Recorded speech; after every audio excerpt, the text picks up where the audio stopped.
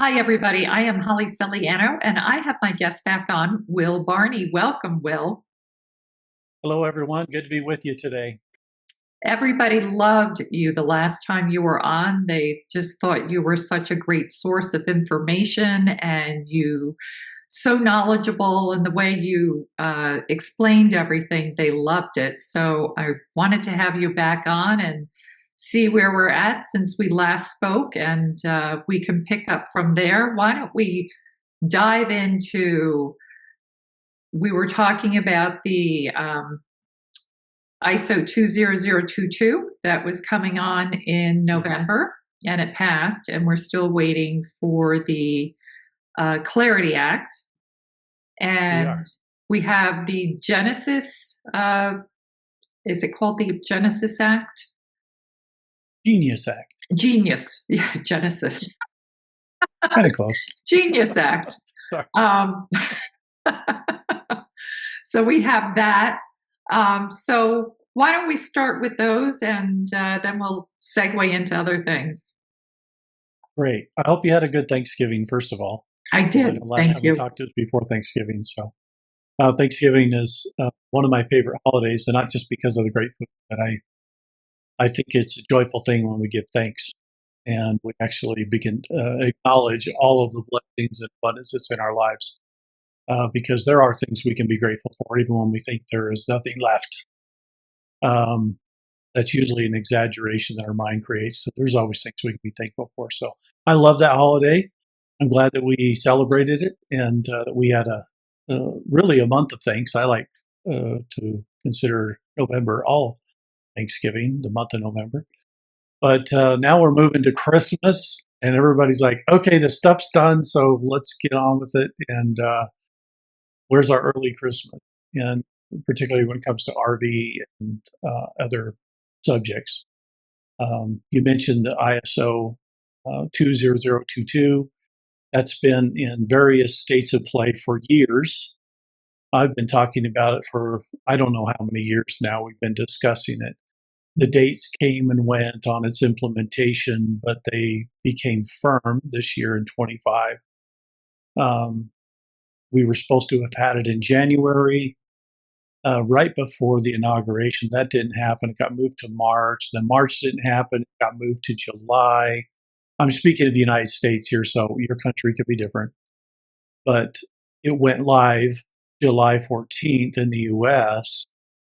But then we had an additional date, which was the 22nd November, where it was supposed to be live for everyone. So worldwide, supposed to be live. So we've gotten past that milestone. I haven't heard of any major problems that occurred with the implementation of that date. I'm assuming everybody's running on the blockchain rails. ISO specification really is nothing more than a definition of how to record financial transactions. And so it's really about the whole world recording each transaction identically the same way. That way, it doesn't matter what blockchain you're on, those blockchains can interact with each other because the information's recorded identically the same. Does that make sense? Mhm. So, so that was the importance of everyone trying to get on a common system, and that is part of the new QFS. So the quantum financial system is really about everybody creating financial records all in the same way, utilizing blockchains that are interoperable between different blockchains because everybody's using the exact same standard. So that is a positive thing, and it means we get closer to the great things like Zara and revaluation of currencies and all these other topics. The cool That, thing is, the people have been watching throughout 25 is the United States has implemented multiple stages of transition that move it to what we would call Nasara. I don't know, and I don't believe any of the public leaders will ever use that term because it's been so maligned all over the internet around the world, and it's considered a conspiracy theory, right? So people don't want to talk about that. Oh, you're crazy if you talk about that. The reality is, it's real. It actually was signed, and it has a integral part in what's going on with, I think, many of your audience, which is people participating in the revaluation of currency. So when you look at revaluation of currencies, it's really about resetting the sovereign currency of the country. So in the past, we've used outside currencies. We've used central bank currencies as our currencies. So we're talking about revaluation. We're really talking about reactivating sovereign currency from the country itself for its people, and that currency would be backed by real assets. So whether it be gold, silver, oil in the ground, the land, I mean, there's a variety of different things you could consider assets, but it's backed by something real. That's the bottom line. And so this new currency, when it gets issued, is inherently going to have a higher value because there's stuff backing it than this fiat that we have from the central banks. And so naturally, there's going to be a value different. And I think people are going to have an opportunity, of course, to do that swap at the appropriate time, which will then give them an increase of value from what they had previously. So the burning question, Will, that everybody Yeah. wants to know since you're on that topic is when, and I know you don't give dates, but based on what we can see taking place globally with putting everything in place, obviously we're coming to the tail end of it where it's bound to happen sooner rather than later. Well, we're in a window. I Mhm. can pretty much say that. The Trump presidency has been on a fast track ever since they got involved in January after the invasion and the appointment of the various cabinet members. That took quite a bit of time. Most people don't know this, but Trump is still waiting on appointments. Okay. I don't know what Congress is doing, but the Senate still has not appointed all the people he asked. So that's a problem. But in spite of that, he has moved this train forward in terms of step by step changing how we look at the country and interact. We're moving to a Nasara type of government where there's going to be no income tax, where there's going to be no property tax, where we're going to have cash flow coming in various forms for the government that will be predominantly consumption tax. So you think of that as sales tax. We're moving in that direction. We already have, and been implemented thus far in 25, is the tariffs. And tariffs have always been a great revenue source. In the 1800s, it was the only revenue source that the country had outside of the standard things that it earned from various licenses and whatnot. So tariffs was a great way. In fact, if you look at the late 1800s, it was probably one of the richest, most productive times in the United States, where the Industrial Revolution was in full swing, and railroads were going across the country, and factories were being built, steel mills were being built. All of this stuff was going on. And what we see is kind of a resurgence of that now. So now that we have tariffs in place again, where imbalances can be balanced. What I mean by that is, if China has a lower cost of production because maybe their wages are lower or whatever to produce an item, they bring it over here and they sell it to us cheap. And for the last 30 years, we've just been consuming that. The problem is, as a consumption nation, our money goes one direction and it's out the door. If we don't produce something ourselves, we don't have the ability to bring money back in. So this is problematic, particularly when you look at production in general. The United States lost 90 to 100,000 factories over the last 30 years. That's pretty phenomenal when you think about the impact of that. So we were on a runaway train to bankruptcy, because when your money only goes out the door, eventually you run out of it, right? So, so as we look at reset or revaluation of everything, what we're looking at is the rebalancing of trade. This is why trade had to be rebalanced. Is the United States had to do something about its massive imbalance. It has to become a producer nation again. Therefore, we need factories again. So what Trump has done is he's put tariffs in place, and then he's encouraged other countries that are doing a lot of business here. If you want to keep doing that business, just build your factory in America, right? And so now there's at least 18 trillion that's been committed to the country to of investment that's coming in. This has played a very crucial role because it's kept inflation down. A lot of people don't understand that the relationship of inflation, but inflation means that your money is becoming worthless. It's losing value every day. We look at it as a positive number going up. Oh, inflation's up 5%. But really what it means is that your money just lost 5%. It's kind of the opposite of what you think.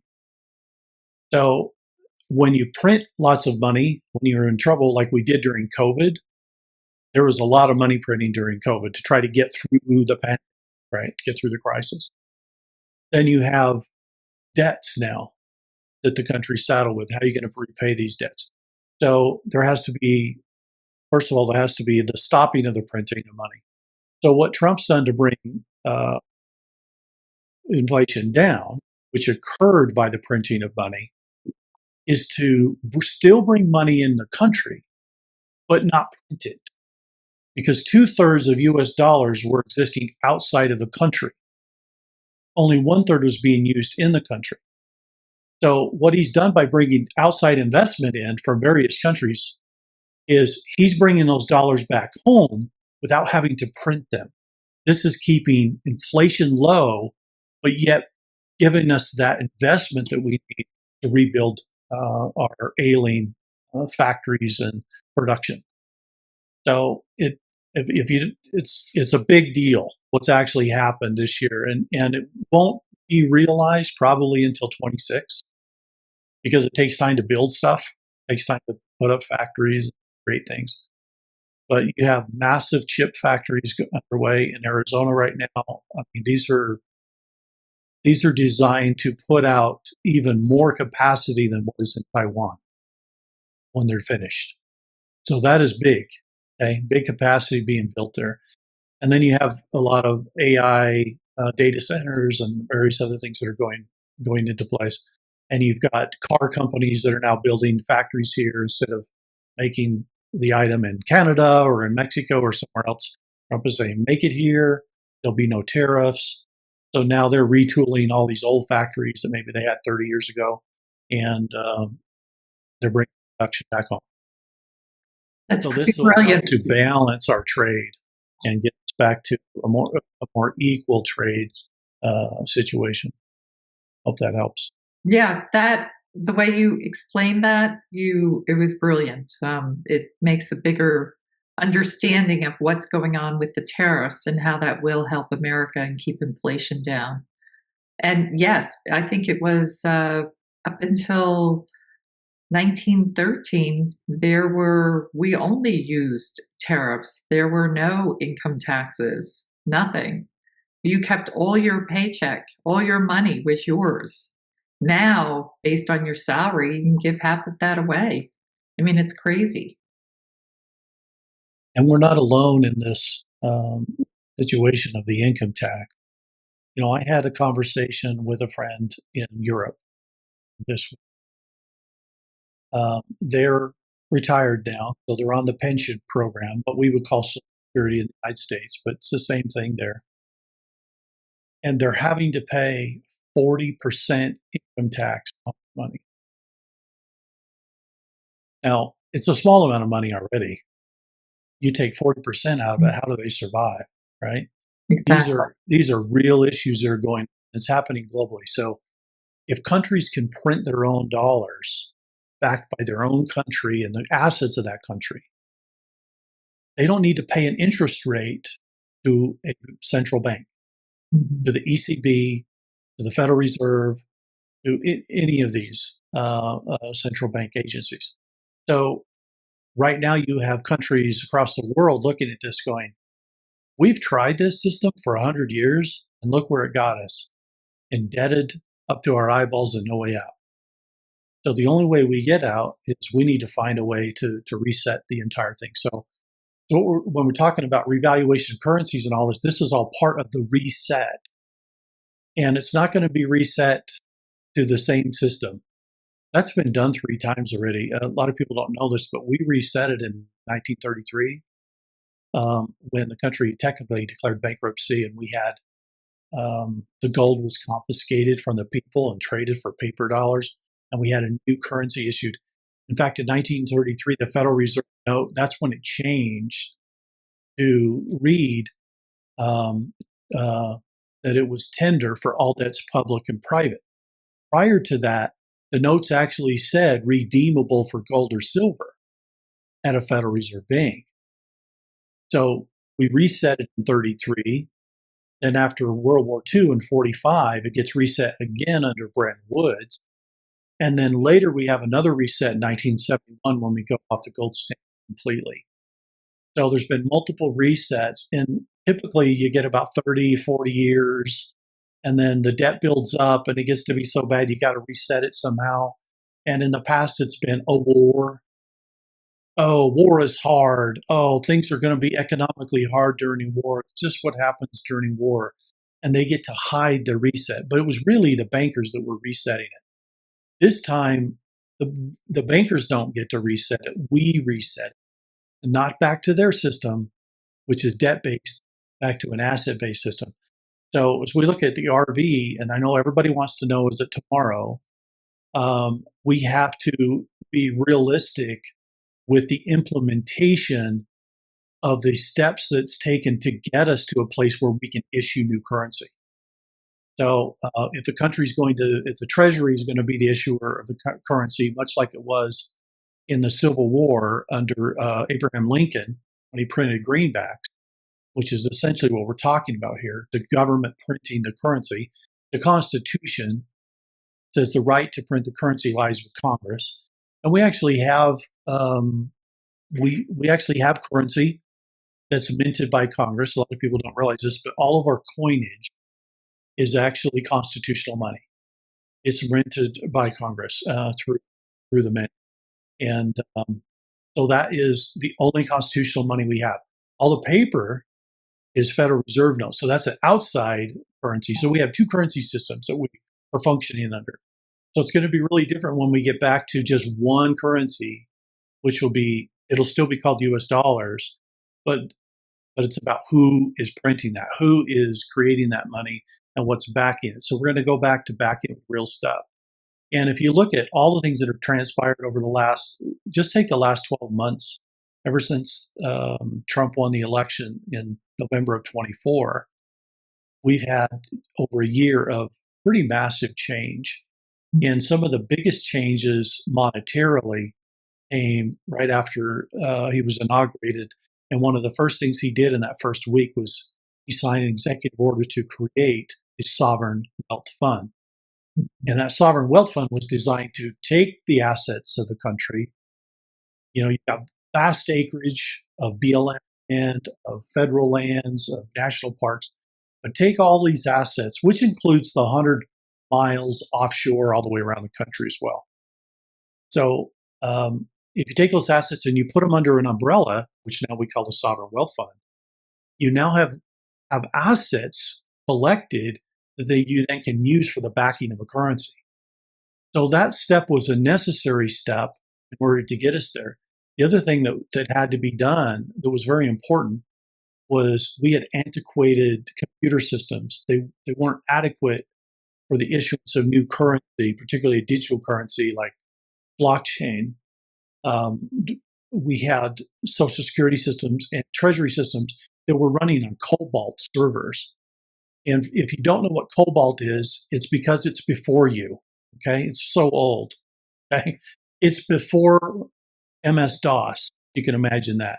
Okay, so the country was running on these really antiquated systems, and throughout 25, you had, and this started in March. There was executive order signed to update the Treasury and the Social Security with new systems. So they put in a whole new infrastructure throughout 25. It was completed on the 30th of September that allowed the Treasury and Social Security to have a modern infrastructure in the back so that they can then participate in a blockchain world. So all of these are positive steps and things that should excite everybody because we are seeing an implementation of what we've referred to for years as Nasara, literally in a step-by-step fashion. And so it's quite an exciting time to live. Now, are we quite there yet? Well, you mentioned earlier one of the bills that we don't have passed yet, which is the Digital Asset Clarification Act. And some just call it Clarity Act for short, but the Clarity Act is to give us the kind of protections that we have in banking today, consumer protections that you're not going to get ripped off and all this stuff by the bank. Those protections don't exist in crypto. Crypto land's been a wild west. It's had 10 years, 15 years of, I can't remember how long Bitcoin's been around, but of just doing whatever they want to do. Okay. There's been no regulation or kind of guardrails to keep the public safe on those systems. And some people have lost money. Some people have been hurt. There's been a variety of different things that happen. I got involved trying to learn the system. I got hurt. I've lost money too. I mean, I'm not alone. And a lot of people that have had issues. So we had two bills that passed the House, and the first one passed the Senate in July 18th, and that was the Genius Act. That gave all the regulations and controls, the guardrails around stablecoin. And stablecoin is essentially US dollars on blockchain. That's really what it is. There's multiple different stable coins that have been issued all over the world by all different types of companies, people, even banks have issued their own stable coins. But the rule of the Genius Act says that stable coins have to be backed one-to-one by the currency backing them. In this case, it's US dollars. So 99% of all stable coins in the world today are all backed by US dollars. So the good thing is we now have rules, we have regulations, there has to actually be a one-to-one backing. However, that backing takes on many different forms, and whether it be holding actual Federal Reserve notes one-to-one for it, or some other thing. And what most stablecoin companies are doing now is they're using U.S. Treasuries or government bonds to back the US dollar stablecoins. And I find this very fascinating because 90% of all the backing on stablecoins right now is not from Federal Reserve notes. It is government bonds. Interesting. And that is very interesting thing to see because it means the people are putting faith behind the government, not the Federal Reserve. So now that see this play out. Now that you're talking about the Federal Reserve, do you see the Federal Reserve going away? And I've also heard about the IRS going away. It's not going to be the internal, it's going to be an external revenue service. Well, it's going to undergo a change. So, yes, the IRS, as you know it, will be technically going away. However, the people that work for the IRS that are doing taxation work, they will continue to work. But their job will be collecting tariffs, collecting sales tax. It'll be just a different job, but it'll still be a job. Okay. So I don't see us losing any jobs when it comes to that, although I do see that going away. When the Federal Reserve goes away, in other words, we stop using Federal Reserve notes, so does the IRS because that's their collection agency. So you're going to have the government will go to each of these employees and will say, look, I know you're working for the IRS, but you're not going to work for this other agency. And you'll still be doing tax work, but a different types of tax work, right? And so I don't think anybody's going to lose a job in the transition. But I don't think you're going to see that happen, even though the president keeps saying we're going to get rid of income tax. He said it again last week in his cabinet meeting. in the near future, there will be no income tax. He keeps dropping this, and it's not hints anymore. He's just coming out and saying it. Okay, but how you get from here to there means that we need some things to be done. Now, look at the Federal Reserve. Federal Reserve held a meeting today, and they dropped the interest rates another quarter of a point. Many say again, it's too little, too late. And I find this fascinating because Trump keeps talking about Jerome Powell and how terrible he is. And he's in his position until the end of next May, by the way. Okay. It's middle of May to the end of May, somewhere in there, of 26. And Trump keeps talking about how he's too little, too late, and on and on. But what's fascinating to me is Jerome Powell continues to be too little, too late. He continues to do exactly what the president says he's going to do. So who does he work for? He's making the Federal Reserve look worse and worse with each passing month. If he was working for the Federal Reserve and he wasn't taking any other instructions, wouldn't he want it to look good? Wouldn't he want everybody to go, oh, yeah, we're for the people? Right. There's a lot more going on. We are watching a dramatization play out. Yes. Literally, of the transition. It's drama designed to bring even people that are asleep along for the journey so that they can get it, they can understand it when it occurs. Now, I think we're looking, when I earlier said we're in a window, I honestly think that window was somewhere between now and the birthday celebration of our nation, the 4th of July. I realize it's 6 months. All right. People are going to have their hair on fire with that. But when you look at all the things that are being done step by step, you don't turn around an aircraft carrier in 30 seconds. It takes a lot of sea. It's a big behemoth. You got to move this thing. You don't do a 180 with a country and you do it at the snap of a finger. It's never going to happen that way. It's going to be done in steps, each way that move you progressively. You turn. Eventually, you're going to get a 180. And that's what we've been seeing ever since Trump took office in January of this year, is step after step after step after step. So they've not let up in terms of progress. But for those that are waiting for this, you need to learn about the progress because that is how this is going to go. And if you're watching, there's clues given by Gene Ho, who's the editor of George Magazine. George Magazine keeps dropping hints all over the place about things that are coming and what's going on. They know more than they're saying, but they're giving you hints, okay? So if you're not paying attention to that, you probably should be. But Gene Ho was President Trump's photographer in his first term and during his whole campaign leading up to him being elected. He knows what's going on and what plan we're in. And even he has said, it's coming, but not yet, right? In other words, we have to get rid of all the problems in big pharma. We have to get rid of all the problems in big ag that is poisoning the soil. We have to get rid of all the issues with fraud going on with our welfare system, whether it be SNAP benefits or other things. And all we've been hearing about for the last week is Somalia fraud out of Minnesota, okay?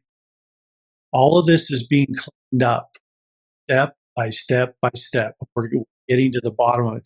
And all these systems are being completely reversed and turned around. AHA is now not just a good idea. Everybody's jumping on board with make it healthy. They're all loving this idea of getting our health back and getting rid of the obesity and all these other problems that have been going on in our country. So it's going to happen. It has been happening, and we've been literally living the history of it throughout this year. Yes, we have. And I know people are worn out and tired and they want this now. But unfortunately, there are systematic things that have to happen. And like you said, you can't just snap your fingers and have it fall into place. because there's a ripple effect. When they move A, it causes this, and they have to do this without collapsing the entire global economy. They're doing this, and I've spoken about this before. They are systematically rebuilding a brand new financial system while we're still on the old one. And you don't even feel the bleep of that slow transition. They've done it so slowly, so seamlessly, so we can just transition over. And one day you're going to wake up and the old one's gone. They seem to be taking a path that is not abrupt change. Mm-hmm. Everybody's been waiting for this total shutdown, 10 days of stick in front of your TV and get bombarded with all the lies that have happened throughout your whole life. And at the end of the 4 days, you have a heart attack. They're not doing it that way. No. They're doing disclosure day after day, week after week now. It's pouring out in a more measured pace. And I think that that's psychologically easier for people to wrap their heads around than if they just get dumped on all at one time. Right. And I think they realize that. So if everybody thinks that's still the plan, I'm not saying there won't be at some point maybe an EBS, emergency broadcast, to kind of clear the decks and stuff. But I'm starting to begin to wonder if it's necessary now because of how this is pouring out. Now, we haven't got to the justice phase. I mean, justice is coming for many, because you've got Comey and others that are now facing real stuff. You've had rogue judges try to throw out the cases. Oh, this isn't done properly. And all of that is even a part of the disclosure. You're actually being shown how corrupt the judicial system is in the United States, that there is no justice. And all of this is in preparation for what ultimately comes in the end, which is justice can only come through military. But we have to see how corrupted it is, or we will fight against the military, who's there to actually free us from bonds that have enslaved us. So it is a part of the play that we have to see and we have to watch. I know it's frustrating, hard. For those that are awake and have been for the past decade, you're probably pulling your hair out right now. Oh, I can't believe this stuff. But you need to just understand most of it is drama, not for you. It's for your neighbors asleep. This is the only way they'll get it. So, take a chill pill, go for a walk, just watch the sunset, and we're getting there. Be okay. So I wanted to mention, and I spoke with you early on the show before we began, that on our last podcast, somebody had made a comment that, oh, you guys can sit there and hang out with the elites, which we don't, but okay. And, it's easy for you guys to say because you're not suffering or struggling. And you and I have had, private conversations. We both have struggled. We both have lost everything and had to rebuild ourselves back from the ground up. The difference is we pick ourselves up, we dust ourselves off, and we get back on the horse and keep riding again. So we're not different than anybody else out there at all. We've had our hard knocks and lost everything. It's challenging. I come from a former role in banking, and I've made good money in the past. But when God called me to go a different direction and I left banking, He would not let me make the way that I made money. Everything I tried failed. And within 6 months, we hit the great collapse of 2008, 2009. By the time we got to the end of 2008, I was essentially bankrupt. I'd lost everything. It was incredible what was going on. And I would have to go through this whole process of resetting everything. I went through a divorce. I lost my family. There's a bunch of stuff that happened. So a lot of you think, oh my gosh, everything's great with Will and Holly. We live it too. Life doesn't evade us as well, right? And I had to go to work. I had to do whatever I could. I took a job for a while doing pest control, spraying for bugs, so because I had to survive and keep food on the table too. I was like you guys, okay, getting by. So I don't want anybody to think that we don't understand. Right. We do. And the investments that we've had in various assets cannot be realized yet.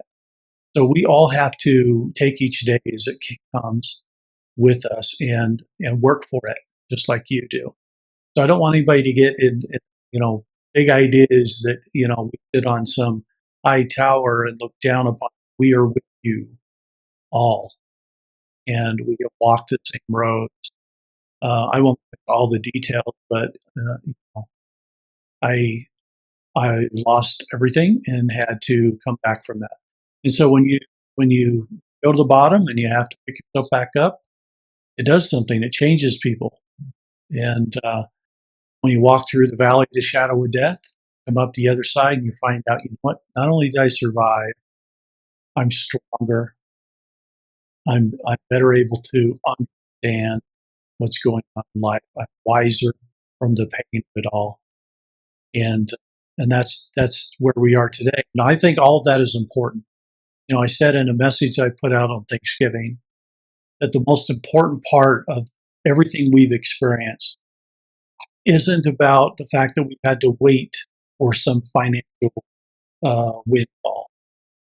In fact, if you think that when you get to that destination, that suddenly all your problems will go away, you're probably going to find that that's not the case.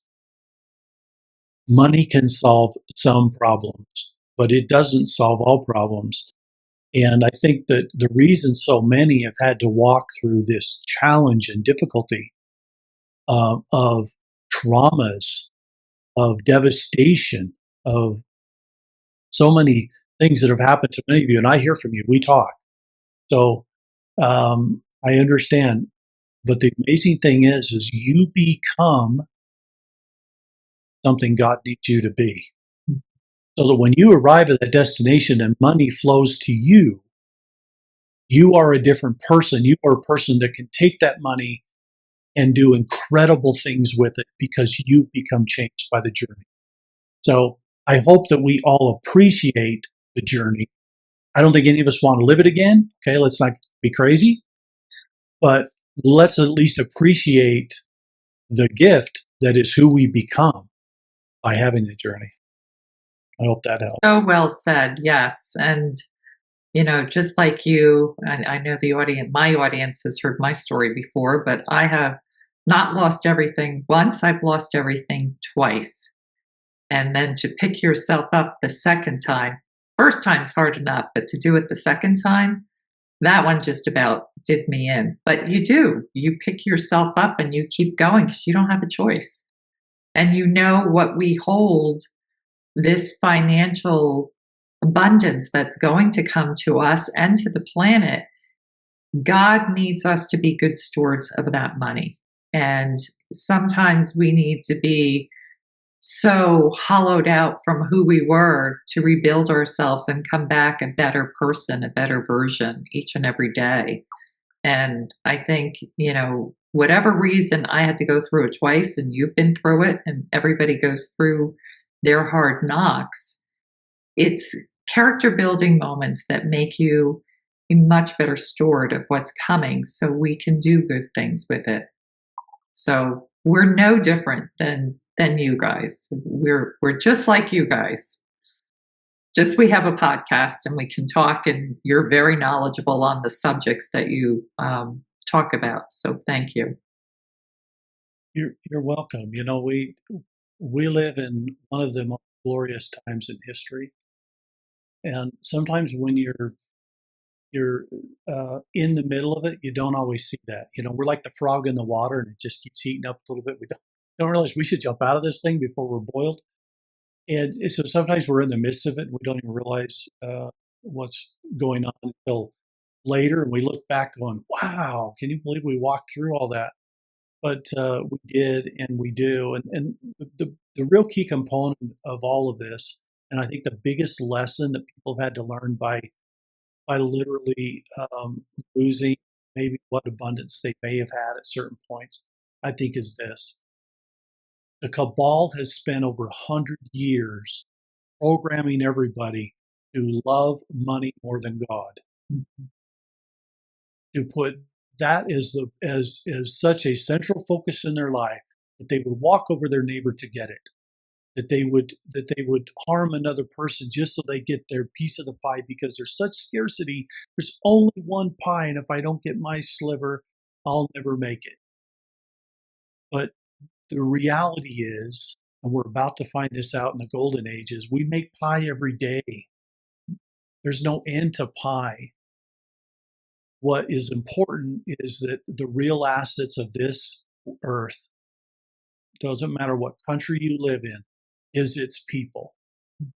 That is the real asset. It's God's children who are thinking, who are creative, who are builders, who can do things. They can produce things. That is the amazing part of the value of this planet. Now you always will have detractors. You'll have the enemy, as it says in John chapter 10, that the enemy comes to lie, cheat, steal, and destroy, to rob, right? And so they're not builders. They're not creators. They don't know how to do that. So they just try to take what other people create. But the reality is all of you that are probably listeners to podcasts like this, you are the builders. You are the creators. You are the ones that will build a new world. You'll build heaven on earth because of what you've become through this process. And I hope that you appreciate that and that you work together with one another. Uh, I would love to work with you on various projects because I think there's so much good we can do, and we don't even see how far it can go and how beautiful it can be, but we will in time. Any final words before we end? Because that was so beautiful, very touching, very moving. So thank you. I just want to give a word of encouragement. Um, if you're struggling, I know Christmas is coming, it's the holiday, people give gifts, and you're wondering, I don't have any money, I don't know what I'm going to give. Don't worry about the gives. You give your love, you give your attention, and you give your care to one another. You can always do something for somebody. And the moment you do that, you begin to forget about your own problems. You forget about the challenges you're having, and you can make somebody's life better.